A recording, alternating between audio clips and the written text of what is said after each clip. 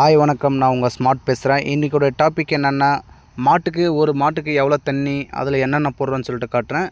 தண்ணி இப்போது ஒரு பக்கெட் தண்ணி ஊற்றிருக்கேன். அந்த பக்கெட் தோராயமாக ஒரு 20 லிட்டர் வரும். தண்ணி பார்த்துக்கோங்க எவ்வளோ இருக்குன்னு சொல்லிட்டு. அதோட நைஸ் பூசா போடுறோம் இல்லைங்களா, அது வந்துட்டு ஆப்பிள் பூசான்னு சொல்லிட்டு நல்லாயிருக்கு. நான் மாடு அதுக்கு இறங்கின அப்போலேருந்து நைஸ் பூசா வந்து ஆப்பிள் தான் போட்டிருக்கேன். அந்த ஒரு கிண்ணம் போடுறேன். அந்த கிண்ணம் எத்தனை கிலோ வருதுன்னு இன்னும் கணக்கு போடல. பாருங்கள், அந்த ஒரு கிண்ணம் ரொப்ப எடுத்துகிட்டு வந்து போட்டேன்.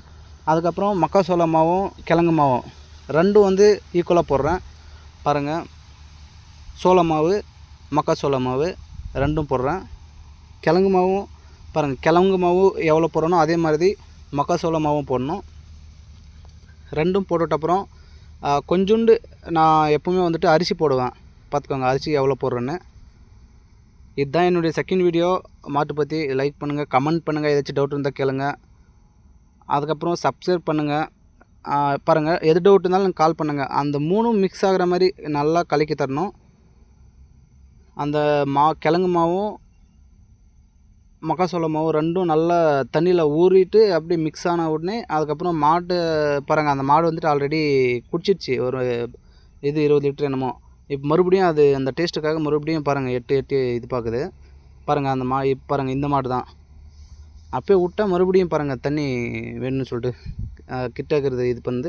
பாருங்கள், இப்போ மாடை அவுத்தோன்னா நேராக அங்கே தான் போகும் பார்த்துக்கோங்க. ஆனால் இந்த மாடு மட்டும்தான் ஸ்லோவாக குடிக்கும். ஃபஸ்ட்டு போன ஒன்றெல்லாம் குடிக்காது. பாருங்கள், விட்டால் அது பாட்டுக்கு அது போகுது. உங்களுக்கு ஏதாச்சும் டவுட் இருந்துச்சானா எனக்கு மெசேஜ். அதுக்கப்புறம் தண்ணி அந்த பக்கம் பிடிச்சின்னு போயிட்டு கட்டிட்டேன். உங்களுக்கு ஏதாச்சும் டவுட் இருந்தால் கமெண்ட் பண்ணுங்கள். கண்டிப்பாக நான் எனக்கு தெரிஞ்ச இது உங்களுக்கு சொல்கிறேன். மாட்டு பற்றி ஏதாச்சும் இருந்தால். பாருங்கள், தண்ணி கட்டிட்டு மறுபடியும் அது கலக்கி தந்தால் தான் அது குடிக்கும். இந்த ஒரு மாடு தான் அந்த மாதிரி. மீதி மாடுலாம் தண்ணி காட்டின கூட குடிச்சிடும். பாருங்கள், தண்ணி கட்டிட்டு அதுக்கப்புறம் மறுபடியும் கலக்கி கொடுத்தோன்னா 2 நிமிஷத்தில் குடிச்சிடும்.